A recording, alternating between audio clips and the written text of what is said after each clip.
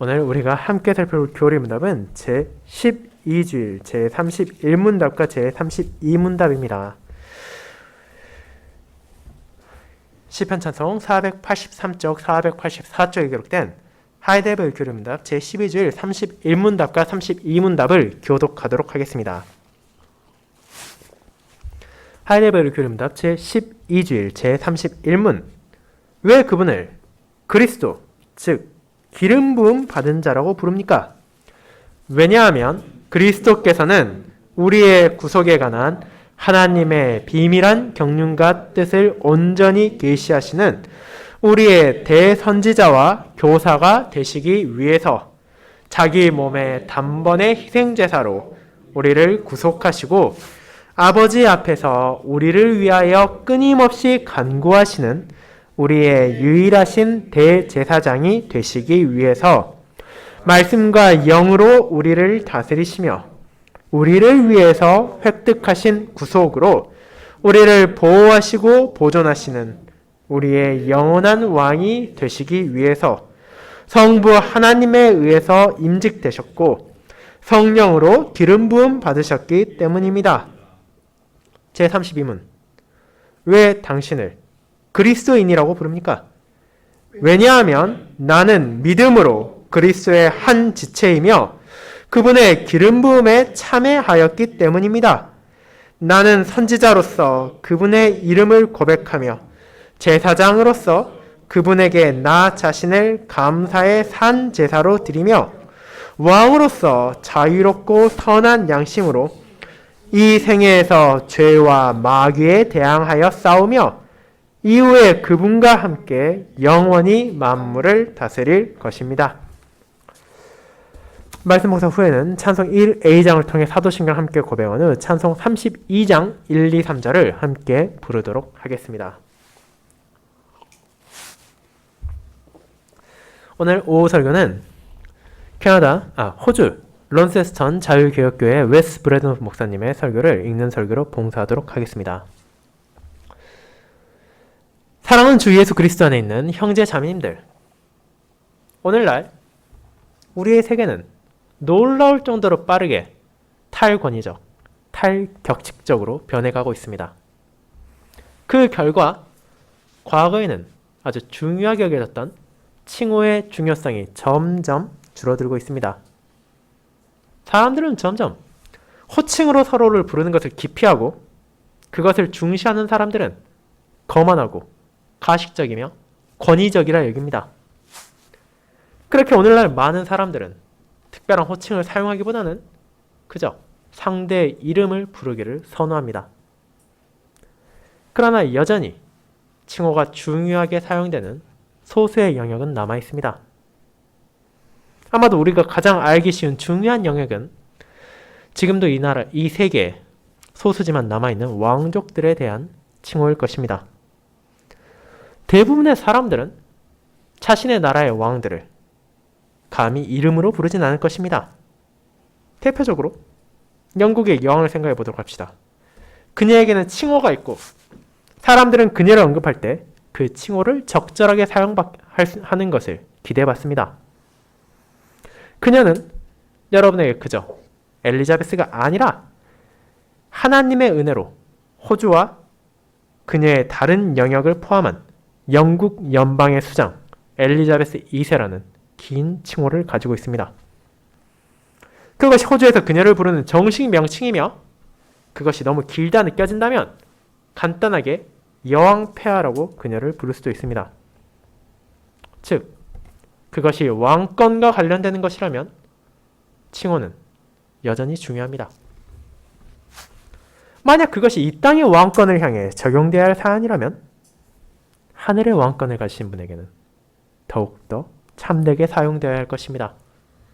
그것이 우리의 구주를 향할 때 그분의 칭호는 여전히 중요합니다. 우리가 지난주에 살펴본 것처럼 우리의 주님께서는 예수라는 이름을 가지고 계십니다. 그분께서 이 땅에 오셨을 때 하나님께서는 그 이름을 그분에게 주셨습니다. 일반적으로 그 이름은 그분의 칭호인 그리스도와 결합되어 사용됩니다.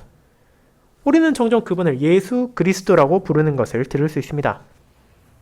그런데 어쩌면 여러분 가운데도 이 그리스도에 대한 부분을 그분의 성과 같이 생각하는 사람을 만난 적이 있을지도 모릅니다.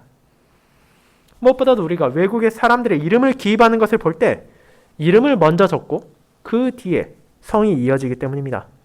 즉, 예수라는 이름, 그리스도의 성이 아니냐고 생각하는 사람도 있습니다. 하지만 그것은 잘못된 것입니다. 그리스도는 그분의 성이 아니라 왕과 같은 일종의 직분이기 때문입니다.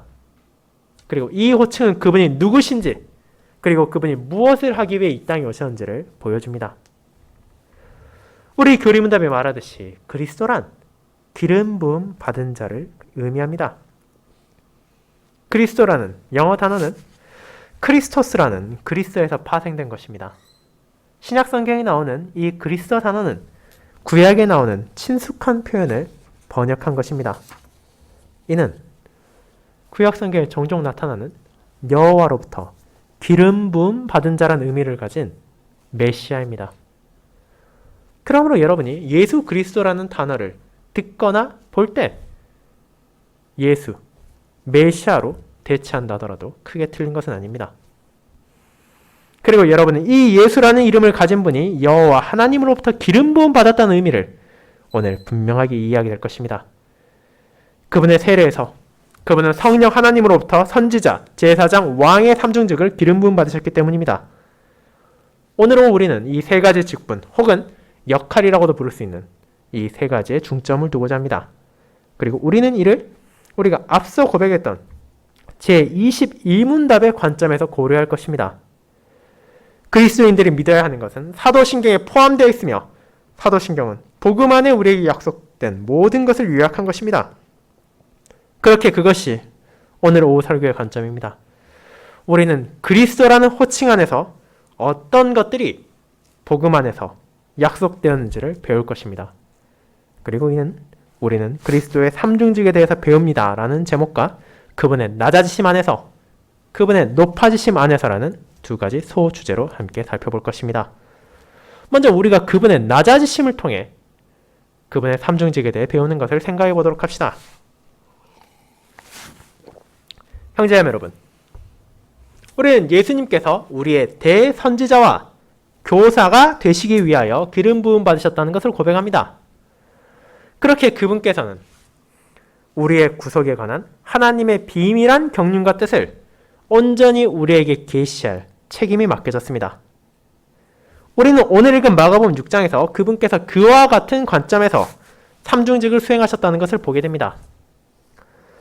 예수님께서 그분의 고향인 나사렛에 가셨습니다. 그곳에서 안식일을 맞았을 때 이제 그분은 오늘날의 교회와 같은 역할을 하는 당시의 회당으로 나아가 구약을 가르치셨습니다. 그렇다면 여러분은 그분께서 무엇을 가르치셨을 것이라 생각합니까? 만약 우리가 신약의 다른 본문들에서 회당에 나아가신 주님의 가르침을 바라본다면 그분께서 죄인들의 구속에 관한 진리를 선포하셨을 것을 확신할 수 있습니다. 그분께서는 어떻게 자신이 하나님께서 주신 구약의 약속들, 구원의 약속들을 성취하도록 오셨는지를 설명했을 것입니다. 그를 통해 그분께서는 복음을 선포하셨을 것이고 그것은 바로 그분의 선지자의 사역 안에서 이루어졌습니다. 하지만 제가 여러분에게 보여드리고자 하는 것은 이 특정한 시점에서 나타나는 그분의 낮아지심입니다. 그분의 설교는 잘 받아들여지지 않았습니다. 사람들은 그분의 말씀을 마음에 새기는 대신 저 사람이 목수의 아들이라고 기억했고 그로 인해 그분을 경멸했습니다. 당시 상인들은 회당의 강단에 설 수 있을 것이라 여겨지지 않았습니다. 그것이 사람들의 생각이었습니다. 그와 같은 직업에 기반한 선입견이 주님을 향했을 뿐 아니라 그들은 예수님을 마리아의 아들이라고 기억했습니다. 이는 그분께서 미심쩍은 상황에서 태어났다는 것을 떠올린 것입니다. 그들은 예수님을 요셉의 아들이 아니라 마리아의 아들이라고만 말합니다. 우리는 그들의 말 안에서 사람들이 가졌던 부정한 출생에 대한 의구심이 있었다는 징후를 바라보게 됩니다. 이와 같은 사안으로 인해 비록 그분께서 육신을 입고 이 땅에 오신 하나님의 아들이셨음에도 불구하고 그들은 우리의 대선지자와 교사의 가르침을 받기를 거부했습니다. 그 대신 그들은 그분을 배척했고 그분을 믿기를 거부했습니다. 그것은 우리 구주의 나자심이었습니다. 죄송합니다. 하지만 그 나자심은 앞으로 올 나자심의 맛보기에 불과했습니다. 그리스도께서 회당에서 설교를 하실 때마다 그분은 점점 다가오고 있는 그분의 죽음의 순간을 떠올리셨습니다. 왜냐하면 당시 모든 회당의 강단은 예루살렘을 향하도록 설계되었기 때문입니다. 그렇게 그와 같은 강단들은 그분께서 자신의 재판, 최후의 고난, 그리고 죽음을 마주할 장소였습니다. 게다가 그런 모든 회당의 출구 역시 예루살렘으로 향하게 되어 있습니다. 그날 예수님께서 나사렛의 회당에서 나오셨을 때 그분은 물리적으로 말 그대로 우리를 위한 그분의 궁극적인 나자심의 장소인 예루살렘 방향으로 나아가신 것입니다. 그러므로 예수님의 이 땅에서의 사역 안에서 그분께서는 선지자로서 비천함의 고통을 경험하셨습니다. 물론 그것만이 아닙니다. 우리가 그분의 고난과 나자심을 생각할 때 가장 먼저 떠올릴 수 있는 것은 아마도 그분의 대제사장으로서의 사역일 것입니다. 우리의 교리문답은 이 사실을 우리가 그분의 몸에 단번에 희생제사로 구속되었다는 표현으로 언급합니다. 제사장은 무엇을 하는 사람입니까? 말 그대로 제사를 드리는 소명을 받은 자들입니다. 구약시대에 존재했던 제사장들은 매일 백성을 위하여 제사를 드리기 위한 준비를 하고 이를 시행하는 직무를 가졌습니다. 그들에게 온 제물로 바쳐질 동물과 곡식들을 가져다가 제단에 올렸습니다. 그와 같은 제사들과 그와 관련된 모든 제도들은 그리스도와 그분께서 행하실 구속사역을 가리키고 있었습니다. 그리고 이 땅에 오신 그리스도께서 행하신 것은 그 어떤 제사장도 할 수도 없고 하지도 못한 것이었습니다. 그분께서는 진실로 유일한 대제사장이셨고 멜기세덱의 서열을 따른 유일한 분이었습니다. 우리가 앞서 부른 시편 110편에서 우리는 메시아 그리스도가 멜기세덱의 특수한 서열을 따를 것임을 발견할 수 있습니다. 멜기세덱은 특별한 제사장이었습니다. 우리는 그에 대해서 창세기 14장에서 읽게 됩니다. 그는 갑작스럽게 나타나고 사라집니다. 그리고 그는 일반적인 제사장과 달리 제사장일 뿐 아니라 왕이기도 했습니다. 그리고 예수님은 그와 같은 멜기세덱의 서열을 따른 대제사장이라고 말해졌습니다. 그것이 의미하는 것은 멜기세덱처럼 그분의 배경에 있어 유일하신 분일 뿐 아니라 그분이 가진 소명에 있어서도 유일하다는 것을 말합니다. 다른 모든 제사장들, 대제사장들은 자기들 앞에 제사를 올려놓고 그 제물을 올려놓고 제사를 지내지만 오직 그리스도만이 죄의 용서를 위한 제사로 자기 자신을 바치셨습니다. 예수 그리스도께서는 우리가 스스로 이룰 수 없는 제사를 바치심을 통해 우리와 하나님을 화목하게 하셨습니다. 이 대제사장에 의해 십자가에서 흘려진 피가 바쳐짐을 통해서 우리는 마침내 하나님과 평강을 누리게 되었습니다. 그와 같이 우리의 제사장으로서의 그분의 나자심 안에서 우리에게 복음의 약속들이 주어집니다. 그렇게 그분께서는 우리의 대선지자로서 나자심을 경험하셨고 우리의 대제사장으로서도 나자심을 경험하셨습니다. 그리고 우리는 그분께서 우리의 왕으로서도 낮으셨다는 것을 바라보게 됩니다. 여러분이 이 땅의 왕들, 앞서 언급했던 예를 들어 엘리자베스의 여왕을 바라볼 때 여러분은 장엄하고 위험 있는 한 숙녀를 보게 될 것입니다. 그리고 일반적으로 그것은 그녀에게 있어 아주 일상적인 평범한 날의 복장에 불과할 것입니다. 하지만 만약 여러분이 그녀가 왕족으로서의 정장을 차려입고 여왕으로서의 로브를 걸치며 왕관을 쓴 모습을 본다면 그것은 우리에게 아주 강렬한 인상을 남길 것입니다. 하지만 왕이신 예수님께서는 어떤 모습으로 이 땅을 거니셨습니까? 이사야 53장 2절과 3절은 다음과 같이 이를 묘사합니다. 그는 고운 모양도 없고 풍채도 없은즉 우리가 보기에 흠모할 만한 아름다운 것이 없도다. 그는 멸시를 받아 사람들에게 버림받았다고 말입니다. 그분의 겉모습, 외양에는 왕이라 말할 수 있는 어떤 것도 존재하지 않았습니다. 그분의 왕적인 위엄에 대한 단서가 어렴풋이 남아 있었지만 극소수의 사람만이 왕이시며 왕이신 그분께 합당한 왕으로서의 대접을 했을 뿐입니다. 이것은 인상적입니다. 우리는 하나님의 독생자, 왕 중의 왕, 만유의 왕에 대해 말하고 있습니다. 만물이 그분에 의해 창조되었습니다. 그런데 이 땅에서 그분의 삶이 시작하는 순간부터 그분은 증오받았고 박해받았으며 무례함을 경험했습니다. 그리고 그것의 정점은 이 땅에서의 그분의 삶의 마지막 모욕안에서 드러납니다. 그곳에서 예수님은 그리스도로서 십자가에 매달렸습니다. 당시 로마인들이 사용한 십자가에는 종종 십자가형을 당한 사람이 기댈 수 있는 작은 나무 조각이 있었습니다.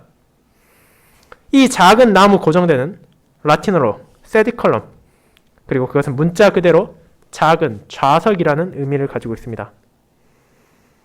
이 좌석의 발상은 십자가형을 받은 사람을 편하게 해주고자 하는 것이 아니라 그가 최대한 고통을 길게 받을 수 있도록 설치된 것이었습니다. 로마인들은 십자가형을 길고 잔인한 죽음을 주기 위해 고안했고 그를 통해 대중들에게 감히 로마에게 저항하지 말라는 강렬한 메시지를 주고자 했습니다. 그렇기에 십자가에 꽂혀있던 아주 작은 나무 조각이 예수님께서 이 땅에서 앉으실 수 있던 유일한 옥자였습니다. 그리고 그런 우리의 왕을 비천하게 만들기 위하여 그들은 세 가지의 언어로 이는 유대인의 왕 예수라라고 적힌 죄패를 그 십자가에 붙였습니다. 그들은 그것을 조롱거리로 여겼습니다. 자, 보아라! 여기 왕이 옥자에 앉아있다고 말입니다. 그것은 우리를 위한 그분의 고난의 일부였습니다. 이렇게 여러분도 보다시피 그리스도께서는 선지자, 제사장, 왕으로서 낮아지심을 경험하셨습니다. 우리는 그리고 그 이유를 기억해야만 합니다. 그것은 저와 여러분이 그리고 다른 모든 사람들이 그와 같은 삼중직을 수행하는데 실패했기 때문입니다. 그것은 동산에서 아담이 받았던 소명이며 우리 모두가 받은 소명입니다. 아담은 선지자로 살아가며 하나님의 이름을 고백하도록 부름받았고 우리 또한 그렇습니다. 아담은 제사장으로서 자신의 삶을 하나님을 향해 바치도록 부름받았고 우리 또한 그렇습니다. 아담은 왕으로서 죄와 마귀와 대항하여 싸우도록 부름받았고 저와 여러분도 마찬가지입니다. 그렇다면 우리는 얼마나 자주 이 삼중직을 수행하는 데 실패했습니까? 그분의 이 땅에서의 낮아심 가운데 예수님께서는 그처럼 실패한 우리의 자리에서 완벽하게 이 세 직분을 수행하셨습니다. 두 번째 아담은 첫 번째 아담이 실패한 것과 달리 온전한 순종을 보이셨고 그것이 바로 우리에게 주어진 좋은 소식입니다. 왜냐하면 그분의 순종이 그분을 믿는 우리에게 주어졌기 때문입니다. 게다가 그분의 고난, 특별히 십자가에서의 고난이 하나님 앞에서 우리의 모든 잘못을 가려줍니다. 그리스도의 낮아지심을 통해 죄의 용서와 치유가 주어집니다. 복음은 그 예수님께서 이 모든 것을 참된 믿음 안에서 그분께로 나오고 죄를 회개한 모든 이들을 위해서 행하셨음을 약속합니다. 그렇게 사랑하는 여러분, 우리는 정확히 그것들을 하도록 다시 부름받습니다.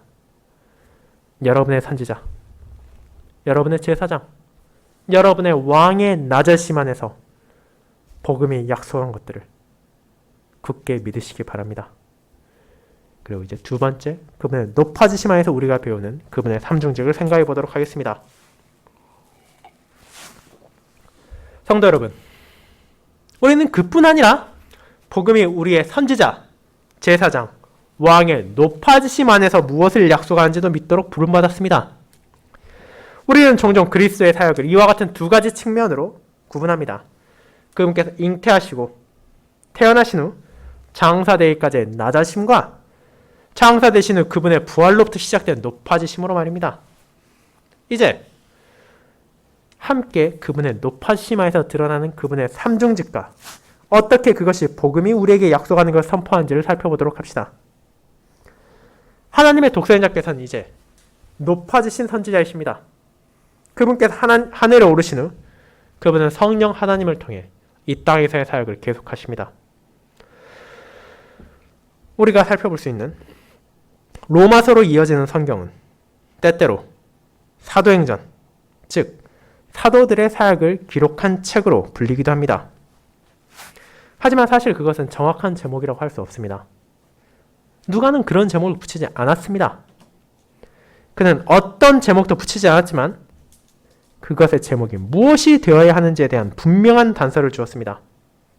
그는 1장 1절에서 자신이 먼저 쓴 글, 즉 누가복음이 예수님의 행하시며 가르치시기를 시작하신 것에 대한 것임을 말합니다. 그 말 안에서 그는 이어지는 그 책이 그리스도의 계속되는 사역과 가르치심에 대한 것을 내포하고 있다는 것을 보여줍니다.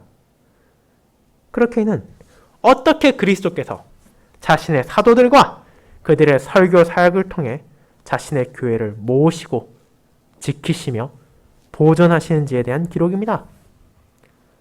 다르게 말하자면 높아신 그리스도께서 어떤 방식으로 자신의 선지자로서의 사역을 계속하는지에 대한 것입니다.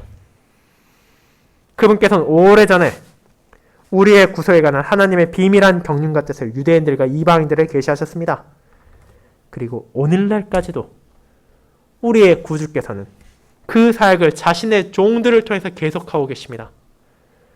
우리의 높아지신 대선지자께서는 여전히 그분의 말씀 안에서 그분의 말씀 사역자들을 통해 말씀하고 계십니다. 그뿐 아니라 이 땅의 모든 왕들이 우리의 대선지자의 말씀 앞에 무릎을 꿇을 날이 다가오고 있습니다. 이사야 52장 15절은 다음과 같이 말합니다. 왕들은 그로 말미암아 그들의 입을 봉하리니라고 말입니다. 그분께서 지상에서 사역을 하시는 동안 왕들은, 권력자들은 그분을 반대했습니다. 그분께서 이 땅을 거니실 때 헤롯과 같은 통치자들은 그분께 마땅히 바쳐야 할 영광을 바치지 않았습니다. 심지어 이제 그분께서는 하늘에 앉아 계시지만 여전히 수많은 통치자들은 그분의 말씀을 존중하지 않고 그분의 뜻을 따르지 않습니다. 만약 여러분이 공직자들을 향해 특정한 사안에 대해 성경 안에서 대선지자께서 어떻게 말씀하셨는지를 답하길 요청하는 서신을 보낸다면 아마도 그들은 코웃음을 치며 그것을 버려버리거나 그저 못 본 채 무시해버릴 것입니다. 그것이 우리의 현실입니다. 하지만 성경에 따르면 이 땅의 모든 통치자들이 입을 다물고 높아지신 대선지자 앞에서 자신을 낮추는 날이 올 것입니다. 그리고 그분의 말씀이 영광스럽게 증거될 날이 찾아오고 있습니다. 하나님의 독생자는 그처럼 높아지신 선지자이십니다. 그리고 동시에 그분께서는 높아지신 대제사장이시기도 합니다. 우리의 교림답은 그분께서 아버지 앞에서 우리를 위하여 끊임없이 간구하신다는 사실을 언급합니다. 우리의 대제사장께서는 하늘에서 높임을 받아 앉아 계시지만 그분이 앉아 계신다는 사실이 어떤 활동도 하지 않으신다는 것은 아닙니다. 오히려 그분께서는 우리를 위하여 지금도 바쁘게 살아가고 계십니다. 그분께서는 아버지 앞에서 끊임없이 나를 위하여, 여러분을 위하여 간구하고 계십니다. 복음은 우리를 사랑하는 중보자가 하늘에 있다는 것을 약속합니다. 그분께서는 우리의 유익만을 생각하십니다. 그분께서 자신의 몸을 우리의 죄를 위하여 바치셨을 때 우리를 마음에 품으셨을 뿐 아니라 하늘에서 우리를 위하여 간구하시는 지금도 여전히 우리를 그 마음에 품고 계십니다. 히브리서 9장 24절은 우리에게 높아지신 그리스도께서 하늘에 가신 이유가 이제 우리를 위하여 하나님 앞에 나타나시기 위함임을 기억하게 합니다. 그리고 우리는 그와 같은 제사장으로서의 주님의 사역이 효과적이라는 것을 확신할 수 있습니다. 왜냐하면 그것을 수행하시는 분이 자격이 충분할 뿐 아니라 그 중보의 말씀을 들으시는 분께서 자신의 독생자에게 귀를 기울이실 것을 약속하셨기 때문입니다. 우리가 하나님의 보좌 앞에 그와 같은 발언권을 가지고 그 발언권이 우리를 진실로 사랑하는 분께 속해 있다는 것을 아는 것이 얼마나 큰 위로입니까? 그리고 마지막으로 이 하나님의 독생자는 높아지신 왕이십니다. 우리가 읽은 히브리서 1장은 이 점을 강력하게 선포합니다. 우리는 그곳에서 예수님의 모든 천사들보다 뛰어남을 배웁니다. 실제로 그분께서는 그런 천사들을 포함한 만물을 지으신 분이십니다. 그분은 만물을 다스리시는 전능하며 높아지시는 왕이십니다. 분명히 누구도 이 왕이신 예수님과 비할 수 없습니다. 그분께서는 영광과 위엄 가운데 하늘의 보좌에 앉아 계십니다. 그림담 여기서 더 나아가 우리로 하여금 그분께서 우리를 자신의 선한 말씀과 영으로서 다스리신다는 사실을 고백하게 합니다. 그분께서는 자신이 우리를 위하여 얻으신 구속 안에서 우리가 지켜지고 보존될 것을 확신하도록 사역하고 계십니다. 우리의 높아지신 왕께서는 우리를 사랑하시고 저버리지 않으십니다. 믿음 안에서 그분을 의지하는 자는 그분께서 언제나 나를 보호하고 나를 지키기 위해 함께 하신다는 사실을 믿을 수 있습니다. 이 높아지신 왕께서는 여전히 자신의 사역을 계속하고 계십니다. 그분께서는 자신의 백성을 지키실 뿐 아니라 모으기 위해 오실 것입니다. 그분께서는 산 자와 죽은 자를 심판하기 위해 돌아오실 것입니다. 이것이 믿는 자에게 주어진 복음의 약속입니다.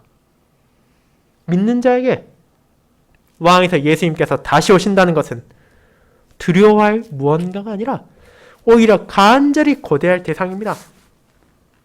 우리는 그분의 재림을 바라보는데 이는 그것이 모든 옛 질서의 끝을 고하는 신호이기 때문입니다. 그것은 죄와 죽음의 마지막일 것입니다. 그것은 우리의 죄와의 모든 투쟁의 마지막일 것입니다. 그것은 질병의 마지막일 것입니다. 그분의 재림은 슬픔과 비탄의 마지막의 신호입니다. 그리고 우리는 이런 점들도 생각해 볼 수 있습니다.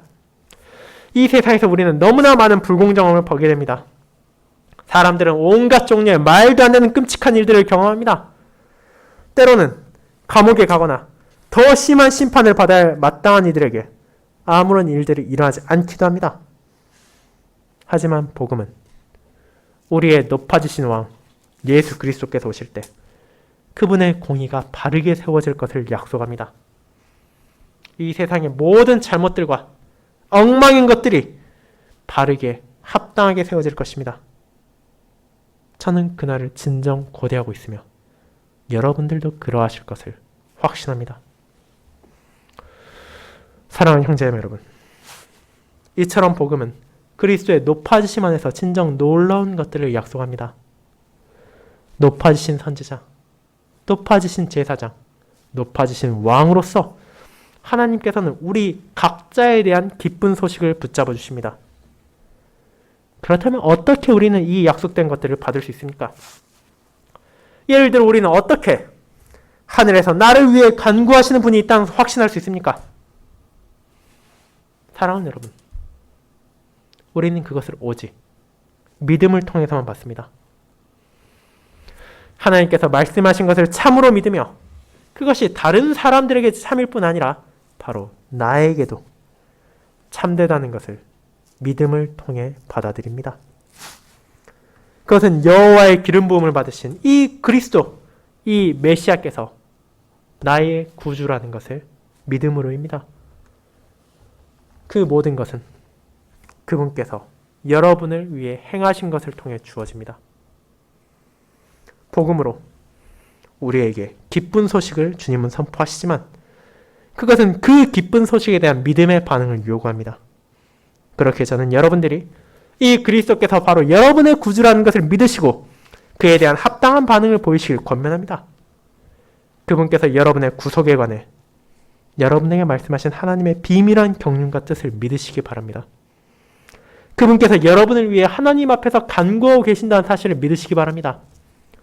그분께서 여러분을 말씀과 영으로 다스리시며 여러분을 위해 획득하신 구속으로 보호하고 보존하신다는 사실을 믿으시기 바랍니다. 그리고 그분께서 여러분을 사랑하는 왕으로서 산 자와 죽은 자를 심판하기 위해 오신다는 것을 믿으시기 바랍니다. 그렇게 이 세상에서 칭호가 그다지 중요하지 않다고 여겨진 시기가 왔다 하더라도 우리 구주의 칭호만큼은 여전히 중요합니다. 그리스도라는 칭호가 중요한 이유는 그것이 우리에게 많은 것을 알려주기 때문입니다. 그리스도는 우리에게 그분께서 선지자, 제사장, 왕이심을 알려주고 그분께서 이 삼중직 안에서 무엇을 행하셨는지를 말합니다. 그분께서 과거에 자신의 낮아심 안에서 행하신 것만이 아니라 높아지신 그분께서 지금도 행하시고 앞으로도 행하실 일까지도 보여줍니다.